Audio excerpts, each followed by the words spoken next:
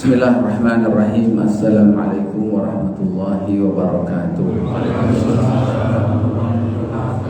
Alhamdulillahirabbil alamin. Alhamdulillahilladzi anzala 'ala 'abdihi al-kitaba wa lam yaj'al lahu 'iwaja qayyima. Allahumma shalli wa sallim wa barik 'ala nabiyyina Muhammadin wa 'ala alihi wa sahbihi ajma'in. Rabbi syrah li sadri wa yassir li amri wahlul 'uqdatam min lisani yafqahu qawli wa ba'd. Bapak Ibu jamaah Masjid Al-Muharram, wabil khusus kepada para pengurusnya Masjid Al-Muharram Komplek Setnek RI Cidodol Baru Kebayoran Lama, yang Allah muliakan insyaallah. Alhamdulillah, kita bersyukur kepada Allah, kita memujinya tiada henti-hentinya. Sebanyak Allah subhanahu wa ta'ala menurunkan nikmat-nikmatnya, rahmatnya kepada kita. Pagi ini Allah himpun kita, Allah tuntun langkah kaki kita untuk menunaikan kewajibannya. Dan Allah tahan diri kita setelah menunaikan sholat berjamaah. Sejenak kita lanjutkan dengan mentadaruskan dan mentadabburkan Al-Quran pada pagi hari ini seperti biasa di hari Sabtu pagi, pekan yang kedua. Mudah-mudahan dengan tadabbur Al-Quran ini akan memberikan pencerahan gizi terhadap hati kita dan memberikan kita sinar cahaya yang akan menerangi jalan hidup kita dan memudahkan kita insyaallah masuk ke dalam surganya. Amin ya rabbal alamin. Bapak Ibu jamaah sekalian, pagi ini kita akan mentadabburi Al-Quran surat Al-Mulk ayat 2.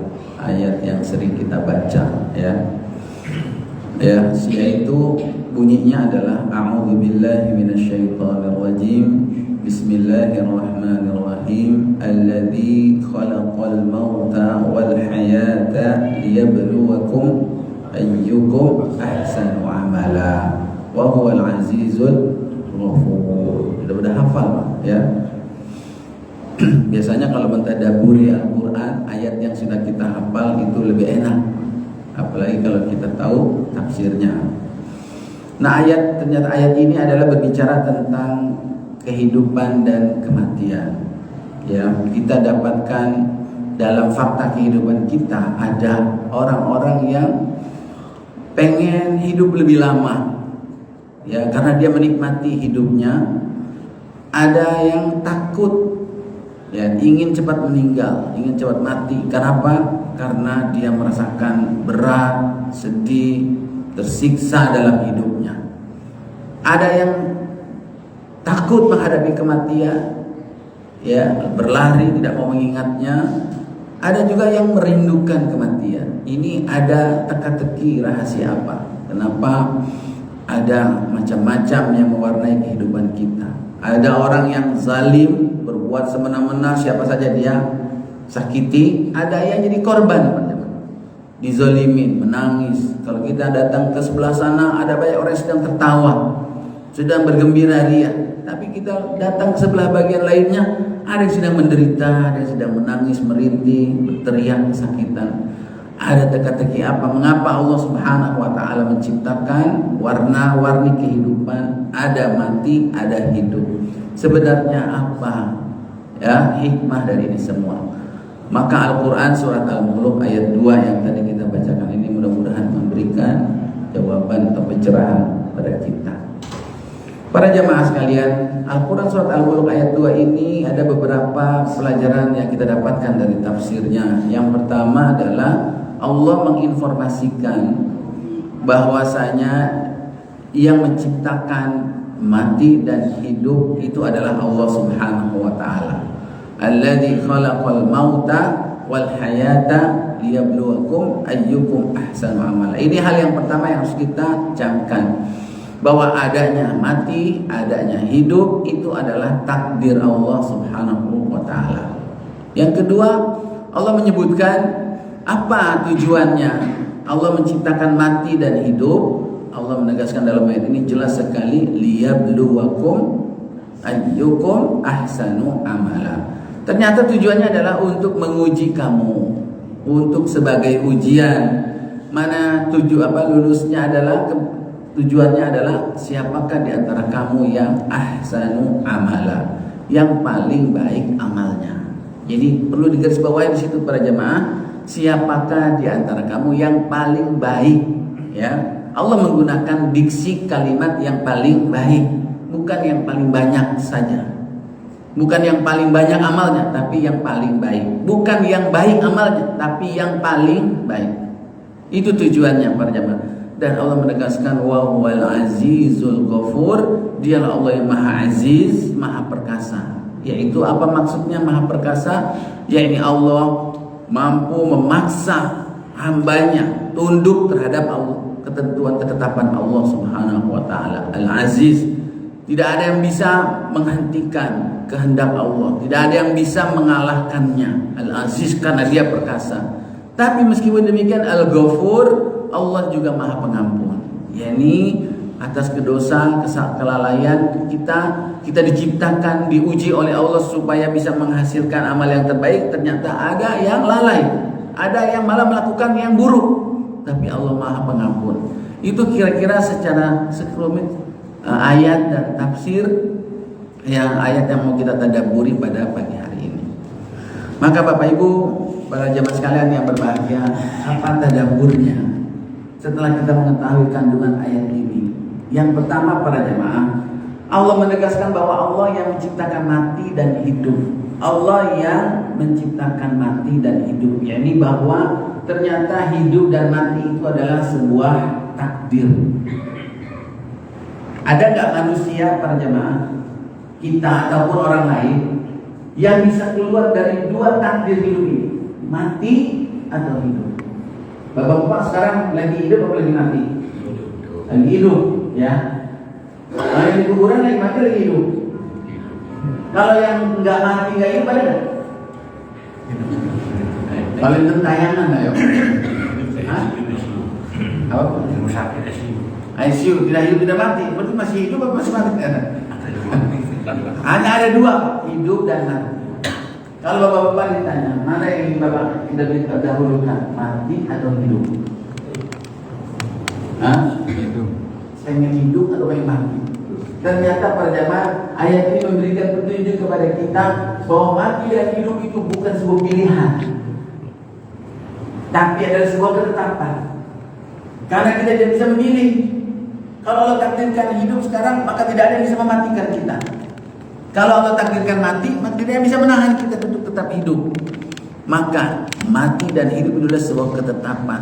Jadi tidak ada yang bisa lari dari kematian ataupun kehidupan. Pasti dalam kondisi tersebut. Ini yang pertama para jemaah. Ya, tadabburnya yang pertama adalah bahwa kita harus menyadari hidup dan mati kita itu adalah sebuah ketetapan, bukan sebuah pilihan. Kenapa Allah mendahulukan mati dulu baru hidup? Menyebutkan alladzi khalaqal mauta.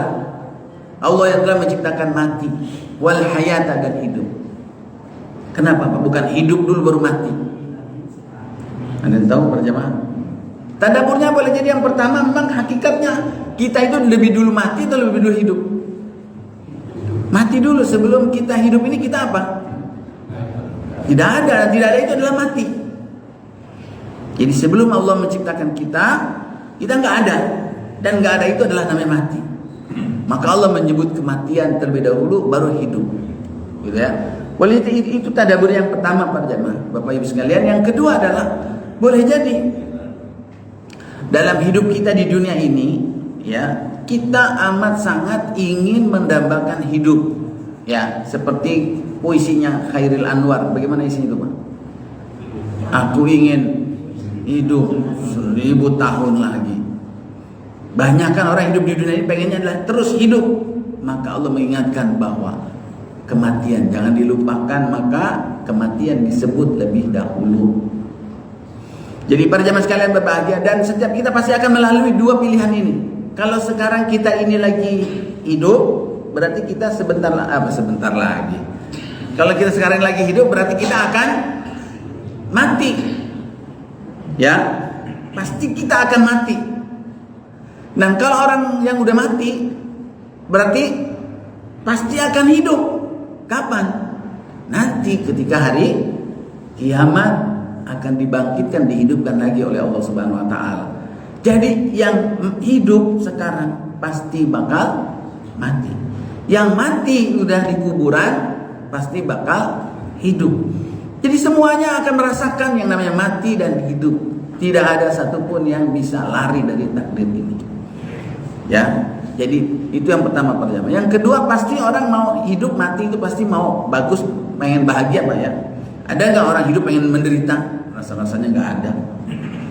Pengen senang, pengen bahagia, pengen selamat gitu. Cuma bagaimana caranya? Bagaimana mendapatkannya? Maka hakikat yang kedua para jemaah, Allah Subhanahu wa taala mengatakan liyabluwakum ayyukum ahsanu amala. Maka bagaimana mindset kita melihat kematian dan hidup ini? Ternyata ini adalah informasi dari Allah yang menciptakan kita, memberikan informasi kepada manusia tentang hakikat yang sering dilupakan. Orang yang hidup sering lupa mati. Orang yang takut mati, dia lupa bahwa akan hidup lagi nanti untuk mendapatkan balasan amalnya, untuk mendapatkan nikmat berikutnya, kehidupan yang kekal di surga. Akhirnya dia lupa.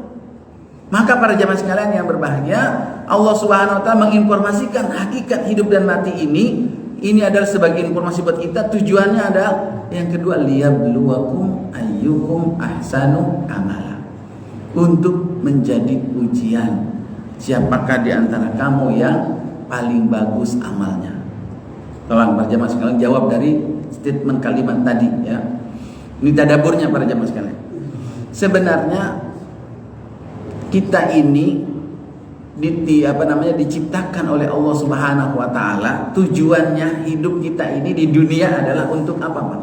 Apakah mencari kebahagiaan atau untuk mempersembahkan amal? Berdasarkan ayat itu coba. Yang pertama, apakah kita hidup ini diciptakan untuk bersenang-senang, untuk menikmati kebahagiaan, ataukah kita hidup untuk mempersembahkan amal yang terbaik? Bisa jawabnya Pak? Yang kedua, ya ternyata banyak orang yang terbalik. Hidup ini pengennya adalah bahagia. Salah nggak orang hidup pengen bahagia? Nggak salah. Karena bahagia, selamat itu adalah fitrah manusia. Tapi salahnya adalah dia, atau kelirunya adalah dia tidak memahami bahwa di mana kunci kebahagiaan itu, yaitu tujuan Allah menciptakan manusia adalah mempersembahkan amal. Maka kebahagiaan itu akan didapat oleh manusia bagi dia orang yang bisa mempersembahkan amal terbaiknya. Siapa yang bisa mempersembahkan amal terbaiknya, dialah yang bahagia. Nggak percaya? Percaya apa enggak? Cobain dulu. Siapa yang sudah bisa mempersembahkan amal terbaiknya, dia akan merasakan hidup itu begitu manis. Bisa benar ngerasain? Udah. Ya. Hidup akan manis dan mati, meninggal bukan menjadi sebuah yang menakutkan. Kapan? Ketika dia bisa mempersembahkan amal terbaiknya. Tolong dicatat itu para jemaah. Ketika seseorang menganggap bahwa kebahagiaan itu adalah banyak harta, apakah dia mendapatkan bahagia setelah hartanya banyak? Ada ketakutan yang menghantui dia. Apa? Dia udah kaya, udah jabatannya tinggi, apa sudah punya? Apakah bahagia? Bahagia, tapi apakah bahagianya sampai pada puncaknya, pada hakikatnya? Ternyata masih ada diliputi dengan rasa takut. Apa rasa takutnya, Pak? Mati. Jadi takut mati dia, dihantui dengan kematian. Kalau mati nanti bagaimana saya? Tapi kalau orang sudah mempersembahkan amal terbaiknya, hidupnya menjadi nikmat, menjadi tenang. Kalaupun diwafatkan oleh Allah, sama nggak rasa takutnya dengan orang yang tidak punya amal terbaik? Nah itu bahwa kunci kebahagiaan dan ketenangan dan keselamatan itu adalah pada ayyukum ahsanu amala. Lihat para jamaah sekalian, orang yang baru selesai ujian, begitu keluar ruang ujian, Pak, ada yang wajahnya berseri-seri, ada yang wajahnya ditekuk, puyeng. Apa yang membedakan, Pak? Siapa yang tersenyum? Orang yang mampu mempersembahkan jawaban terbaik. Siapa yang berwajah muram? Yang nggak bisa. Ujian saja sudah memberikan kepada kita pelajaran akan hal ini. Maka jangan kehilangan fokus. Allah mengatakan liyabluwakum ayyukum ahsanu amala. Jadi untuk apa adanya mati dan hidup? Supaya kita mampu mempersembahkan amal terbaiknya. Ini tadabbur yang kedua. Yang ketiga para jamaah, mengapa Allah Subhanahu wa taala menyebutnya adalah yang terbaik, ahsan, bukan yang terbanyak. Padahal amal banyak bagus gak Pak? Bagus. Amal itu banyak bagus, tapi kalau dia baik. Jadi standarnya adalah yang terbaik. Bukan berarti banyak gak bagus. Karena banyak itu belum tentu bagus. Tapi bagus itu boleh jadi banyak pahalanya, banyak kebaikannya. Maka yang Allah garis bawahi adalah yang terbaiknya. Dan apa dalam tafsirnya yang terbaik itu ialah amalan yang dilakukan paling ikhlas dan paling sesuai dengan contoh Nabi Muhammad SAW. Itu yang terbaik para jemaah. Maka ada kalimat yang terbaik yang ada di benak kita apa para jemaah? Kalau ada amalan yang terbaik berarti ada tidak amalan yang terburuk? Ada. Kalau ada amalan yang terbaik berarti adakah amalan yang baik saja? Berarti tingkatan amalan itu yang dilakukan oleh manusia itu tidak berada dalam satu level, Pak. Berbeda-beda. Tadi kita sholat bareng-bareng sholat subuh, tapi pahalanya belum tentu sama. Yang paling baik pahalanya, yang paling banyak pahalanya adalah yang mampu mempersembahkan yang terbaiknya. Siapa? Satu, yang datangnya nggak terlambat. Dua, yang di saf depan pasti lebih baik daripada saf yang kedua pahalanya. Karena Nabi mengatakan sebaik-baik saf bagi laki-laki adalah yang terdepan. Dan saya yang paling depan, Pak. Ingat ya, disuruh sama Pak Ibnu tadi. Nah, jadi para jamaah sekalian, siapa lagi udah sama satu depan, siapa yang paling khusyuk? Siapa yang paling cara sholatnya, takbiratul ihramnya, rukuknya, sujudnya itu paling sesuai dengan apa yang diajarkan oleh Nabi Muhammad SAW. Itu semua ada tingkat yang membedakan antara amalan kita. Dan yang terbaik itulah yang diinginkan. Jadi para jamaah sekalian yang berbahagia, sebagaimana amalan itu tidak berada dalam satu level, bertingkat-tingkat, berarti para jamaah kebahagiaan hidup seseorang itu sama tidak? Berbeda. Ada yang bahagia, ada yang bahagia banget, ada yang sedih, ada yang sedih banget. Itu ternyata yang membuat itu semua apa? Amalnya. Allah pasti akan memberikan seseorang itu sesuai dengan ganjaran amalnya. Amalnya terbaik dia bisa persembahkan, Allah kasih dia kepuasan, kebahagiaan yang terbaik. Maka demikian pula para jamaah sekalian dengan kematian. Apakah mati seseorang itu berada dalam satu level? Semua orang kita bilang takut sama mati semua? Belum tentu, Pak. Ada memang takut itu menakutkan, mati itu menakutkan. Tapi ada orang yang tingkatan takutnya terhadap mati sampai berlebihan. Bahkan ada yang udah bisa menerima itu sebagai sebuah ketetapan. Bahkan menjadi sebuah harapan. Bukan lagi menjadi sesuatu yang menakutkan. Apa yang menyebabkan level seseorang menghadapi kematian itu berbeda-beda adalah amalan dia. Orang yang bisa mempersembahkan amalan terbaik, tingkat terhadap menghadapi kematiannya akan lebih ringan daripada orang yang tidak memiliki persembahan amal yang terbaik. Maka para jemaah sekalian yang berbahagia, sekali lagi, kenapa harus ada mati? Kenapa harus ada hidup? Maka tujuannya adalah agar kita bisa mempersembahkan amal yang terbaik. Yang terbaik, bukan sekedar baik para jemaah. Nah itu fokusnya. Sebagian orang ada yang begitu ditimpa kesenangan, yang ada di benaknya apa para jemaah? Enak banget hidup seperti ini ya. Habis kuliner yang satu, apalagi yang enak habis ini ya.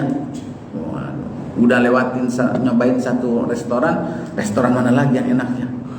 Itu saking nikmatnya hidup. Duitnya ada, badannya sehat para jemaah. Makan nggak ada kolesterolnya, nggak ada asam uratnya, apa aja enak. Nggak ada pantang, enak apa? Dicari lagi apa lagi kehidupan di sini. Habis dari tempat pegunungan, tempat padang pasir, tempat pantai, mana lagi tempat? Tinggal planet yang belum kayaknya. Nikmatnya kehidupan para jamaah sekalian yang berbahagia. Ketika dia dapat kebahagiaan, yang dia ada pikir adalah bahagia lagi, apa lagi. Dia lupa para jamaah sekalian yang berbahagia untuk memikirkan apa amal terbaik yang harus dia lakukan saat dia mendapatkan nikmat. Begitu juga dengan orang yang sedang timpa kesulitan, musibah, susah. Kemarin habis ini ditimpa musibah ini, sekarang yang ini. Besok kapan lagi nih? Kira-kira. Udah saking akrabnya dengan musibah. Habis ini kapan lagi nih? Coba nih. Lihatin aja, emang nih Allah sama gua kayaknya, waduh. Ada orang yang begitu, Pak? Bukannya mikirin apa? Mikirin dia mikir kapan saya keluar dari musibah ini. Seharusnya ada yang dipikirkan adalah amal apa yang bisa saya persembahkan yang terbaik saat Allah Subhanahu wa taala memberikan kepada kita musibah, ujian. Maka fokus dalam hidup ini adalah ayyukum ahsanu amala. Jadi bapak-bapak kalau disuruh pilih mana yang lebih baik, jadi orang miskin yang sabar atau jadi orang kaya yang pandai bersyukur? Yang kedua apa yang pertama, Bu? Yang kedua, jadi orang kaya yang pandai bersyukur, tapi kita orang miskin. Bisa mengamalkannya? Nggak bisa, karena itu hanya ibadah buat orang yang kaya. Tapi ada nggak orang miskin bersyukur? Nah ini yang jarang, Pak. Kok miskin bersyukur? Allah memberikan saya kesabaran saat saya miskin, saya bersyukur. Banyak orang miskin sehingga bisa sabar. Akhirnya bunuh diri, akhirnya ngerampok, akhirnya nyolong dan lain sebagainya. Ya, sebagaimana berikutnya juga ada orang kaya yang tidak bersyukur. Banyak juga, duitnya udah banyak melimpah, dia masih korupsi aja. Nggak bersyukur. Jadi nggak mesti orang yang senang itu dia bersyukur, nggak mesti juga orang yang lagi miskin itu dia bersabar. Jadi yang terbaiknya mana para jemaah? Karena miskin dan kaya, hidup dan mati itu sekali lagi bukan pilihan. Bapak Ibu kan saya tanya, maunya miskin sabar apa kaya syukur? Pilihnya yang kedua. Tapi kita lagi miskin. Bagaimana mau bersyukurnya? Mendingan miskin syukuri dengan kesabaran kita. Karena amalan yang terbaik bagi orang yang miskin adalah bersabar. Jadi para jemaah sekalian yang berbahagia, mana yang lebih baik? Ya, apapun yang Allah berikan kepada kita, yang amal yang terbaik yang kita persembahkan, itulah yang lebih baik buat kita. Jadi Bapak Ibu sekalian berbahagia, terakhir, apa tujuan mengapa Allah Subhanahu wa taala menciptakan hidup dan mati? Ini tazkiyahnya para jemaah. Apa yang harus kita lakukan setelah kita memahami ayat ini dan mentadabburinya? Yaitu yang pertama para jemaah, kita harus bertambah yakin bahwa ada yang mengendalikan kehidupan kita ini, yaitu Allah Subhanahu wa taala. Yang menjadikan kita hidup, menjadikan kita mati, itu Allah Subhanahu wa taala. Setiap kita pengen hidup, ya, takut mati, maka kita harus yakin Allah menciptakan kehidupan yang kekal abadi. Kapan? Nanti endingnya pada saat hari akhirat. Itulah yang kita inginkan. Pengen terus hidup 1000 tahun? Nanti di akhirat ada. Cuma saat itu kita berada di surga atau di neraka. Tentu kita amat sangat menginginkan kehidupan ini menjadi lebih indah, pengen lebih lama lagi kalau disertai dengan kenikmatan. Dan kenikmatan itu sudah Allah siapkan di surga. Maka kita harus meyakini hakikat hidup kita ini ada, sekali lagi ada yang mengendalikan. Bahwa yang menyebabkan seseorang ini, bahwa Allah Subhanahu menciptakan kita hidup ini adalah untuk mempersembahkan amal yang terbaik. Maka dari sanalah Allah akan memberikan kebahagiaan yang sesungguhnya.